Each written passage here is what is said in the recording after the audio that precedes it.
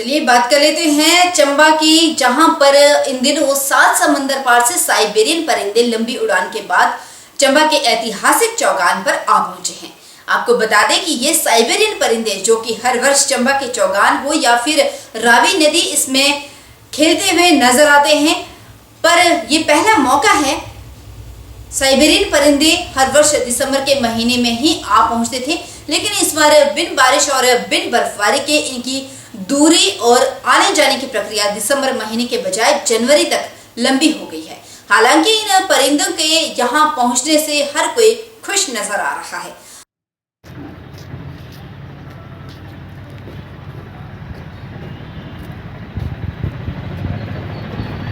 हमारे चंबा चौगान में एक प्रवासी पक्षी, जैसे मेरे को लगता है कि ये कोई क्रेन जिसको सार्स बोलते हैं, वो आया है यहाँ पे। तो आजकल जैसे सर्दी का मौसम है तो हमारी वेटलैंड है जैसे पोंग झील में और रामसर साइट है, वहाँ पे साइबेरिया से हर साल हज़ारों लाखों की संख्या में प्रवासी पक्षी आते हैं। तो आज जैसे चंबा के चौगान में ये एक पक्षी आया है तो देख के बड़ा कौतूहल लग रहा है कि इसको कभी ऐसे देखा नहीं है पहले कभी झील में। तो चंबा में यहाँ पे आया तो इसको कभी ऐसे देखा नहीं। हमारे यहाँ पे जैसे लोकल स्पीसीज़ के जो अलग अलग पक्षी हैं, जैसे स्पैरो है और अलग है जो हम यहाँ पे देखते हैं, तो वाइट के हिसाब से कि ये एक अच्छी चीज़ है। और यहाँ पे देखा है कि कहाँ कहाँ ये घूम रहा है। और यहाँ पे कभी अभी थोड़ी देर पहले यहाँ पे स्कूली बच्चे और जो अपने कॉलेज में पढ़ने वाले बच्चे हैं यहाँ पे इसको देख रहे थे, तो बड़ा अच्छा लग रहा है। तो मेरे को लगता है कि जैसे वाइल्ड लाइफ जो हमारा विंग है उसको हमें ये बताना चाहिए जाके यहाँ पे कि एक ऐसा है तो इसको सही जगह पे अपने पहुँचाया जाए ताकि इसको कोई नुकसान ना पहुँचा सके। और देखने में ये एक बहुत अच्छी चीज़ लग रही है कि पक्षी आया है और लोग भी यहाँ पे कौतूहल बना हुआ है पूरे चंबा चौगान में यहाँ पे। तो जो प्रवासी पक्षियों के आने का जो समय है इसमें ये आया है, तो लेकिन इसकी स्पीसीज़ की अभी जो सही तरीके से पहचान नहीं हो पा रही है।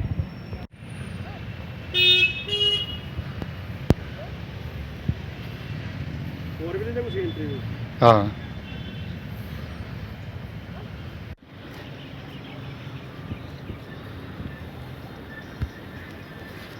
फेसबुक अंदर पाई दियो यार, चंबा में चौगान में। हिमाचल प्रदेश के शिमला और किन्नौर जिला क्षेत्र में बनी देश की सबसे बड़ी भूमिगत परियोजना 1500 मेगावाट की नाथपा झाकड़ी से नदी में पानी की रिकॉर्ड कमी के कारण बिजली तैयार करना चुनौतीपूर्ण हो। पिछले 16 और 17 वर्षों में पहली बार सतलुज नदी में पानी की कमी से बिजली लक्ष्य से काफी कम उत्पादन हो रहा है। इस परियोजना से गर्मियों के दिनों में 39 मिलियन यूनिट रोजाना बिजली तैयार होती है, लेकिन वर्तमान में इस विद्युत परियोजना से 6 मिलियन यूनिट से भी कम बिजली रोजाना तैयार हो रही है। वैसे तो नाथपा झाकड़ी से बिजली तैयार होकर उत्तरी ग्रिड के 9 राज्यों को भेजी जाती है। बिजली की कमी के कारण उत्तरी ग्रिड के राज्यों को भी मांग अनुसार बिजली नहीं मिल पा रही। तिब्बत से बहकर आने वाली सतलुज नदी का जलस्तर जहां अक्सर गर्मियों के जुलाई अगस्त महीने में 1200 क्यूसेक तक किन्नौर के नाथपा बांध में रहता है, इस बार घटकर इन दिनों नदी में 70 क्यूसेक पानी रह गया है।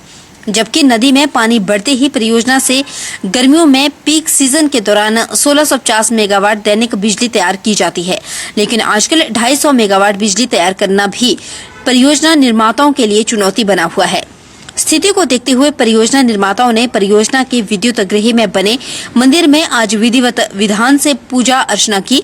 देवी देवताओं से मन्नत मांगी कि मौसम बरस जाए और बर्फ पड़े ताकि गर्मियों में सतलुज नदी का जलस्तर आशा अनुरूप बना रहे और विद्युत उत्पादन आशा अनुरूप हो। इससे देश और प्रदेश में उन्नति में योगदान दे सके। 1500 मेगावाट की नाथपा झाकड़ी परियोजना निर्माता सरकारी उपक्रम एसजेवीएन के कार्यकारी निर्देशक एवं नाथपा झाकड़ी परियोजना प्रमुख मनोज कुमार ने बताया, बिजली उत्पादन में डिजाइन एनर्जी से इस बार वे काफी पीछे चल रहे हैं।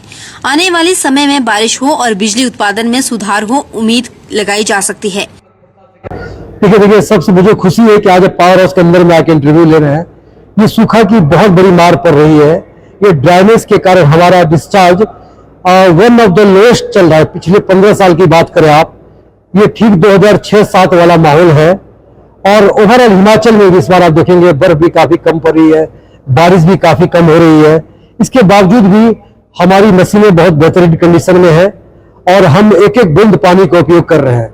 लास्ट ईयर से तुलना करेंगे, सिर्फ अगस्त में हम काफी अच्छा रहे, बाकी हर महीने पिछले अप्रैल से लेकर अभी तक हर महीने लास्ट ईयर से भी कम है और काफी कम है।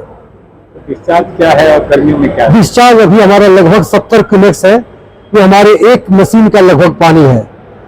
ऑलमोस्ट हम एक मशीन की बात करें तो 6 मिलियन यूनिट होता है, वो लगभग हम जनरेट कर रहे हैं। और गर्मियों में जून जुलाई अगस्त में हमारा जो डिस्चार्ज इधर में नॉर्मली ये 405 जो हमारी रिक्वायरमेंट है, इससे काफी ज्यादा रहता है, 700 800 1200 तक भी जाता है। और उसी में आपको सिल्ड भी आता है, वो महीने में हमें बंद भी होती है और हमारा जनरेशन मैक्सिमम उसी से हो पाता है। एक और जहां पूरा प्रदेश सूखे की मार झेल रहा है और काफी समय से लोग बारिश और बर्फबारी का इंतजार कर रहे हैं, वहीं बुधवार की शाम को शिमला जिला के ऊपरी क्षेत्र में बर्फबारी का दौर शुरू हो गया। खड़ा पत्थर कोटखाई में बर्फबारी देखने को मिल रही है और किसान बागवान राहत की सांस ले रहे हैं। ये खुश खबरें हम आपको दे रहे हैं। आज जहां कोटखाई के खड़ा पत्थर शिमला जिला की हम बात कर रहे हैं, वहां बर्फबारी देखने को मिल रही है। तस्वीरें हम आपको दिखा रहे हैं।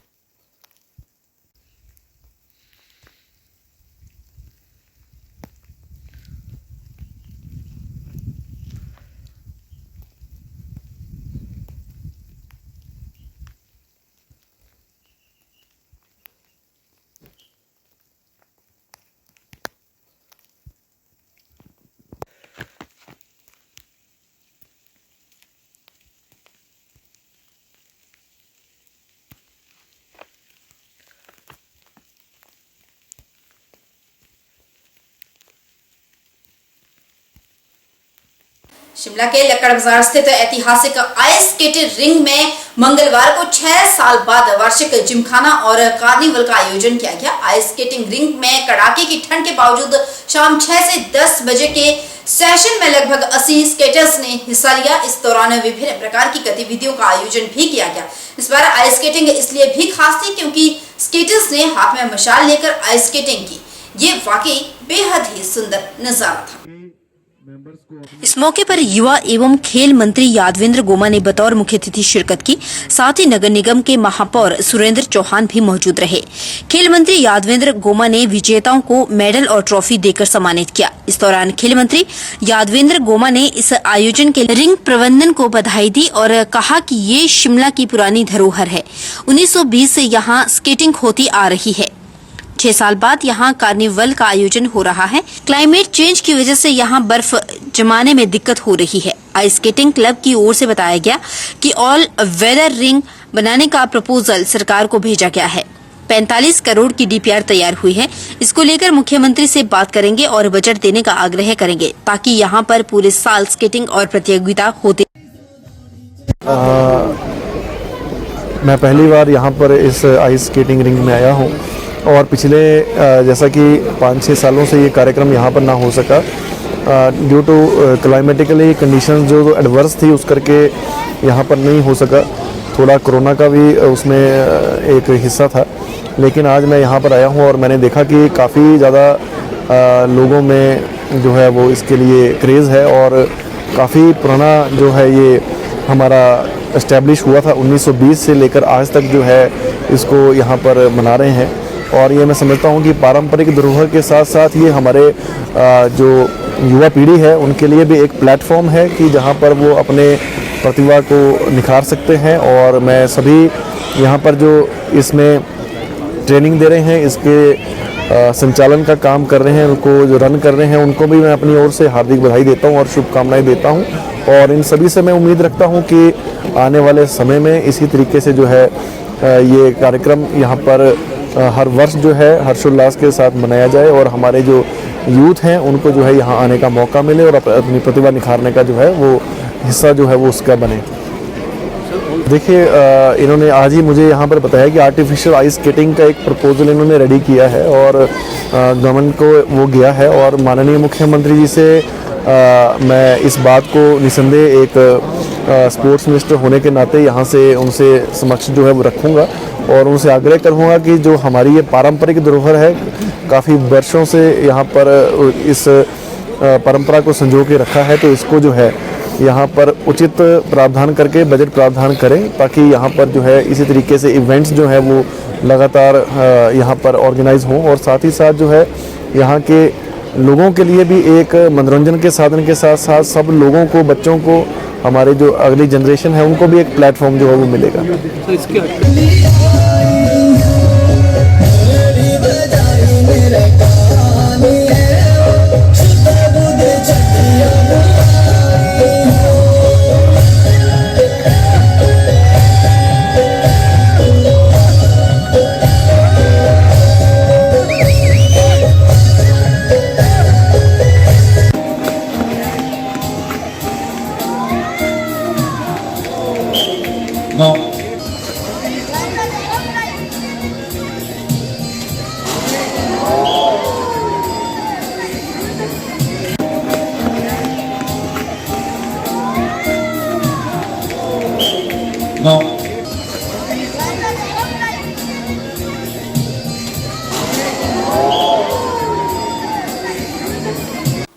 रुकेंगे छोटे से ब्रेक के लिए। ब्रेक के उस पार जल्द लौटेंगे, बन रहे हमारे साथ।